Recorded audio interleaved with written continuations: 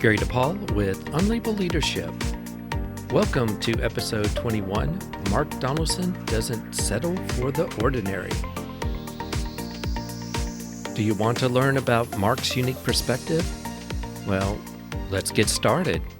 Marc manages a team of instructional designers who are responsible for training corporate employees. There's two things you ought to know about Marc. First, he's a performance improvement expert who thinks systemically about opportunities and problems. In his role, he doesn't just think about training employees on their knowledge and skills. Rather, he and his team focus on developing learning and non-learning interventions that enable employees to move closer to achieving their desired performance. And of course, that ultimately is moving towards achieving business goals. The second thing you ought to know about Marc is, well, he's a brilliant manager of people. Think about it this way. If you work for a manager who values you, who gives you the support you need, but also allows you the space to be creative, you may be working for Marc already, because that's who he is. And I think throughout this episode, you're going to find out a little bit more about his character that shows why he's brilliant at managing people. Oh, one other thing. Marc reminds me of Andy Hibble, who was in the first episode. Like Andy, he's pretty humble and appreciates what he has and where he's going. In other words, he's a good person and a good person to get to know. Part 1, Discovering Your Options. What does Jay Izzo, Chris Everett, Brian Barron, and I have in common? I mean, besides we all have podcasts. Jay hosts A New Direction, and Chris and Brian host the Indigo podcast. If you listen to our episodes, you're going to pick up a lot of themes. And one of them goes something like this. People often think narrowly about what they can do when things happen to them.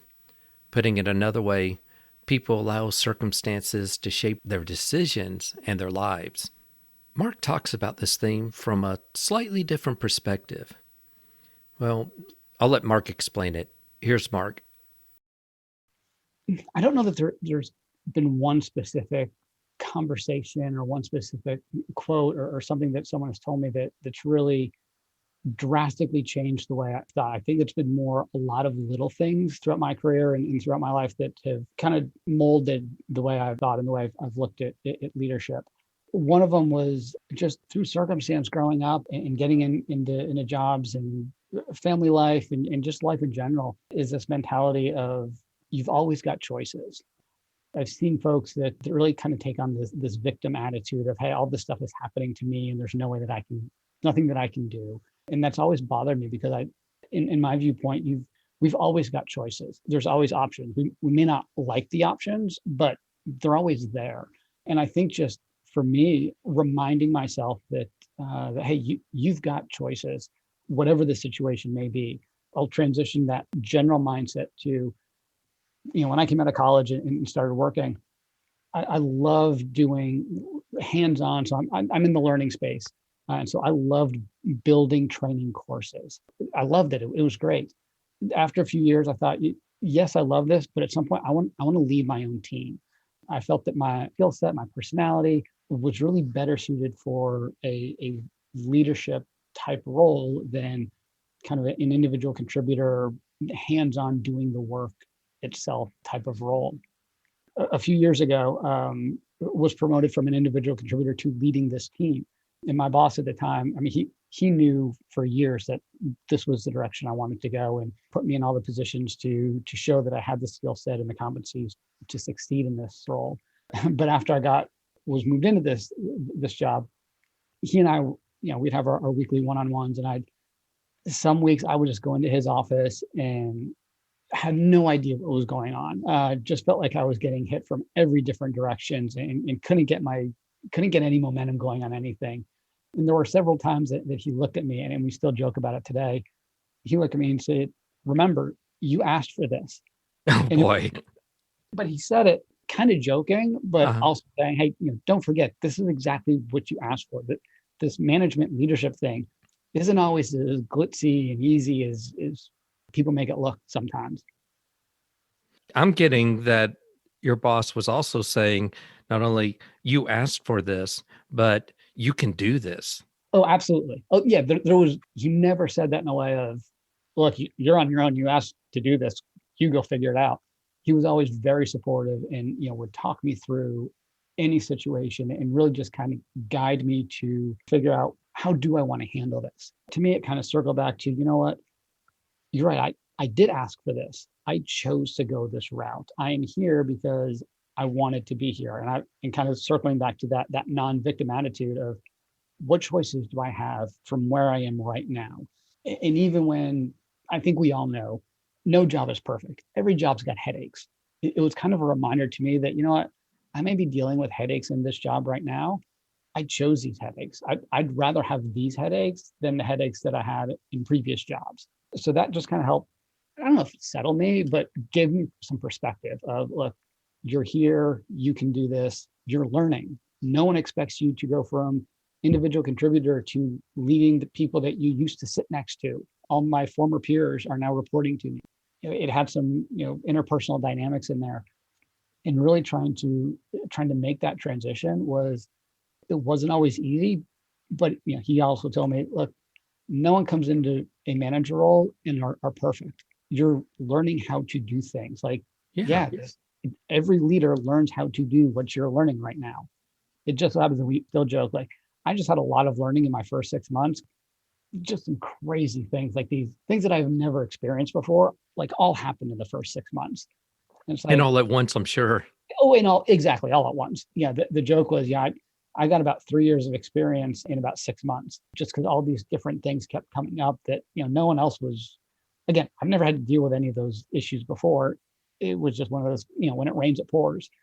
Well, when you Yeah. talk about choices, you made the choice to go into management. When you met with your boss, it sounded like you're making the choice.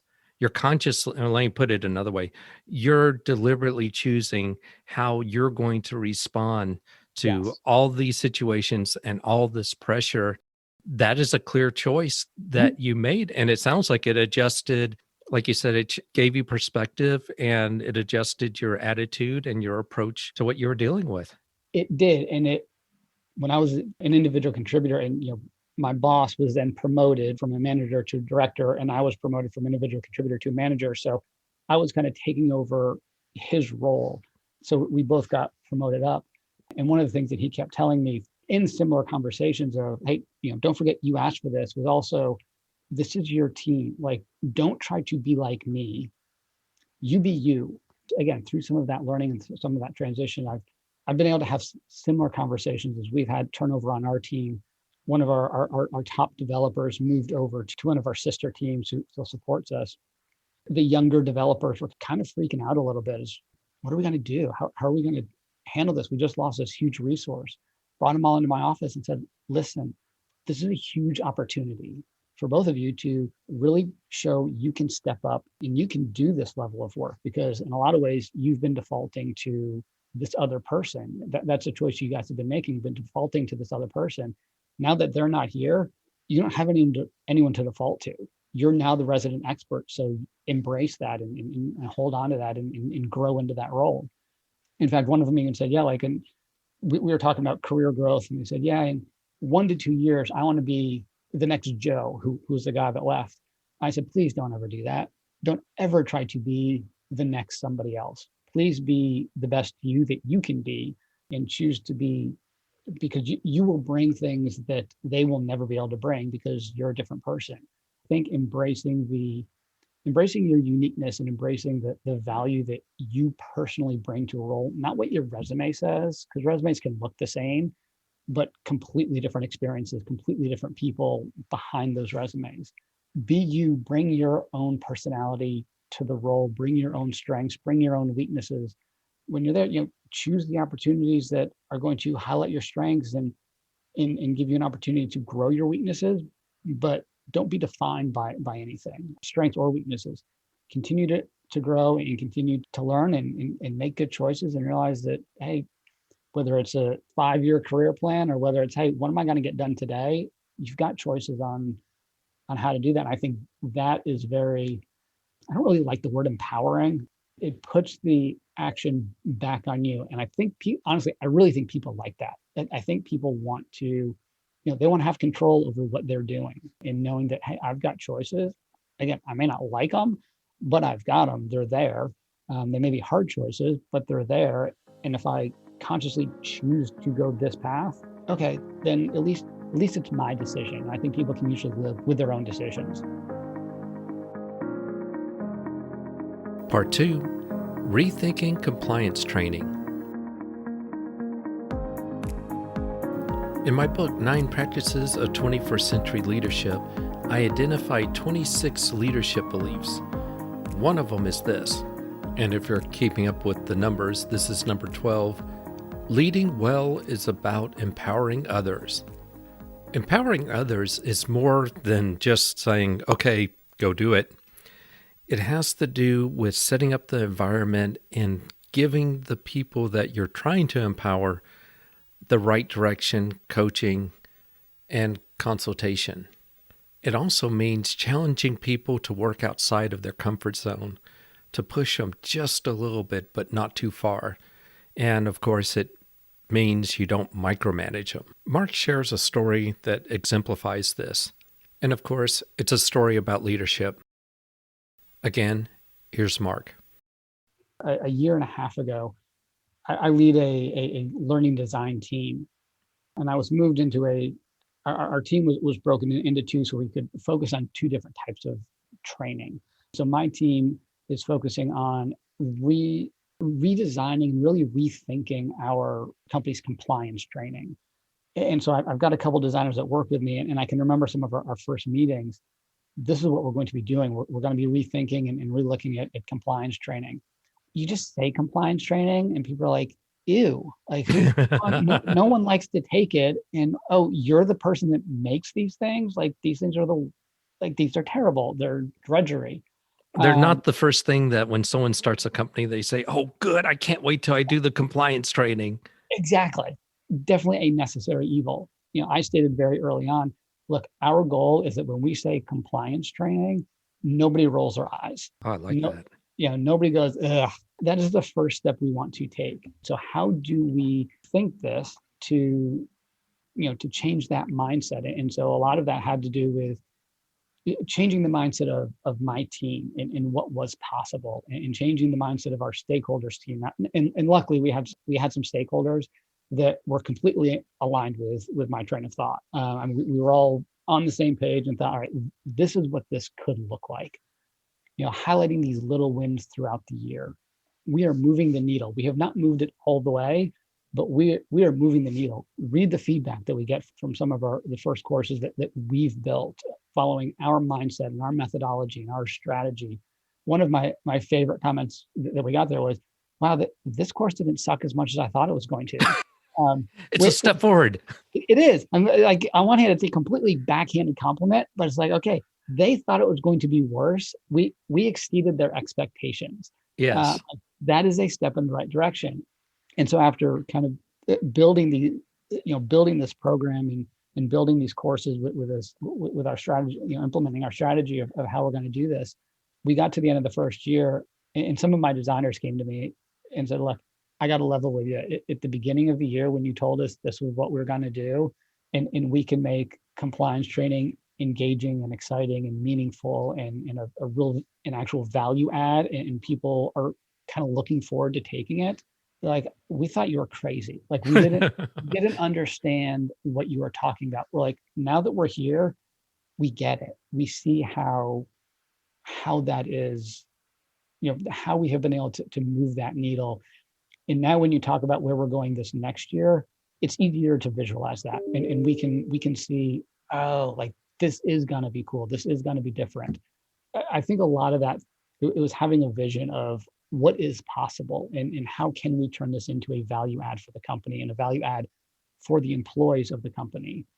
And once we were able to set that vision and execute on some of the early wins, then it really got so much easier after that.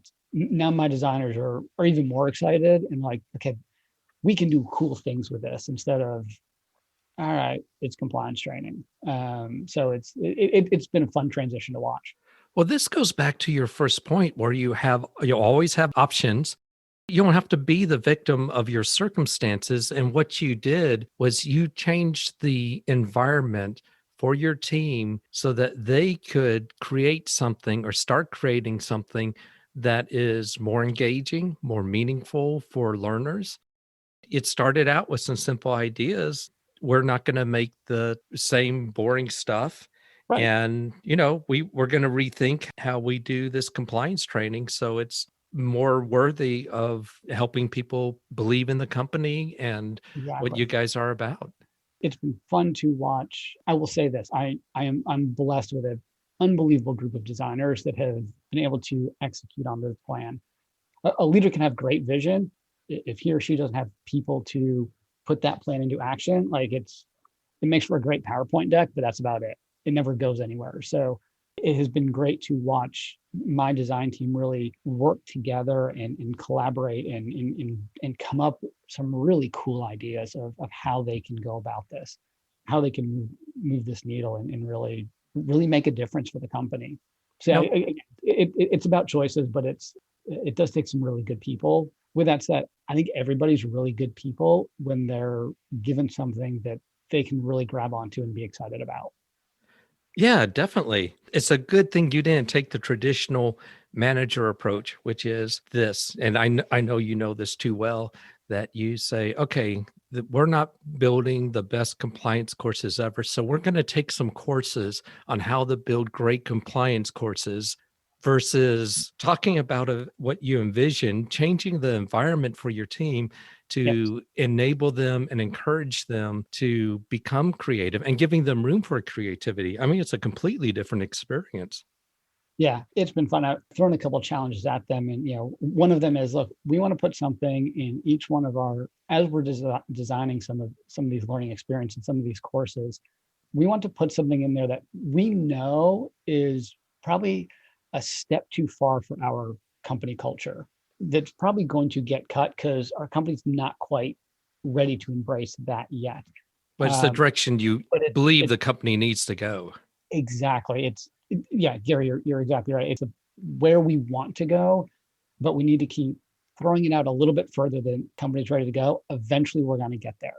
It's been fun to watch the different ideas. I mean, one of the great leadership phrases is surround yourself with people smarter than you, or hire the right people and get out of the way. I'm really glad I've got designers that are smarter than me when it comes to building some really cool creative approaches. Part 3, keeping your perspective. If you listen to enough episodes that I've done, you will know by now on Tuesdays and Thursdays, when we reach part 3, this is where the guest gives advice on how we can lead better, help other people, and just generally be good human beings. Well, here's Marc with his advice.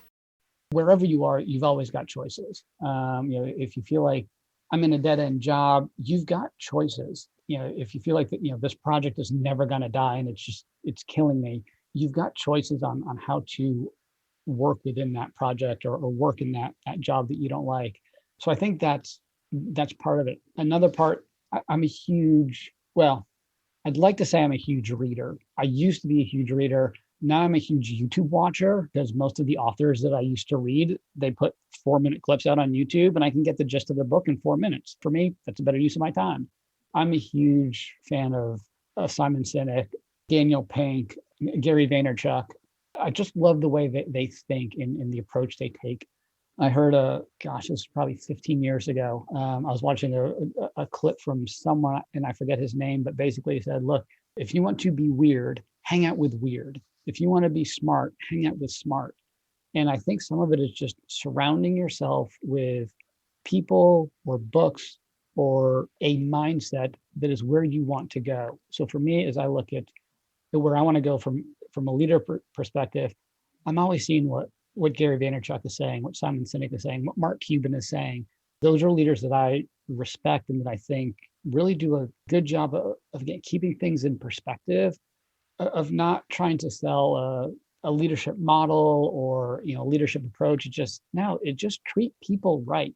That will take care of 90% of issues, is just treat people right. What I would tell anyone is find some folks, if you're in sales, surround yourself with people that do sales better than you. When I was a kid and I was playing basketball, my dad said, yeah, go play basketball with guys that are better than you, because that's how you get better. The same thing here with leadership or sales or, any job.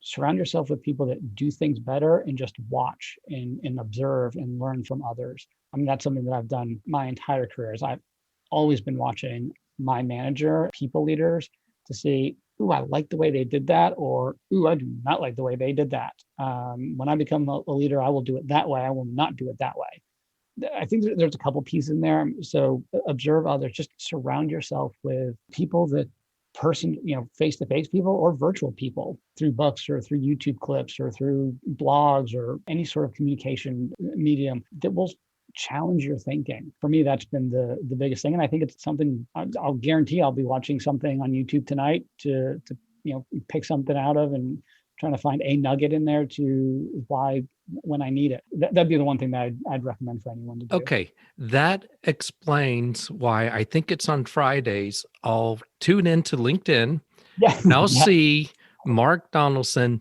sharing a video that is the Friday video that you want to help people, you really gain something from, and you want to share it with others. Exactly. Yeah, and it's funny you mentioned that, because I've gotten away from it over. I got away from it over the December and holidays, and haven't gotten back into it in January. But that's exactly it. They're videos that I have been able to pull something away from that I have had to go back and watch more than once. I'm like, this is so good. I need to hear that again. So yeah, that's the exact premise behind that.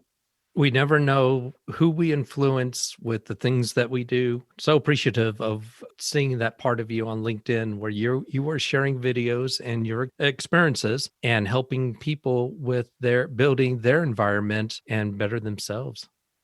Yeah, no, I enjoyed it. Again, thanks for the reminder, because I need to get back to that and be more intentional about continuing to do that. I'm going to watch LinkedIn. Okay.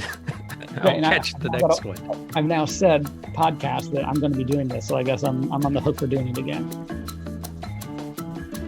My thanks to Marc Donelson. If you go to the show notes, you'll find links to learn more about who Marc is. If you like something about the show, want to make a comment, ask a question, go to unlabelledarship.com, click the message icon, and you can leave a voicemail up to 1 minute. I might share it on the air. Thank you also for supporting the show. Your support helps with production. One of the upgrades, for example, that I'm hoping to do is add transcripts that are automated to the show. Finally, thank you for listening. Until next time, lead on.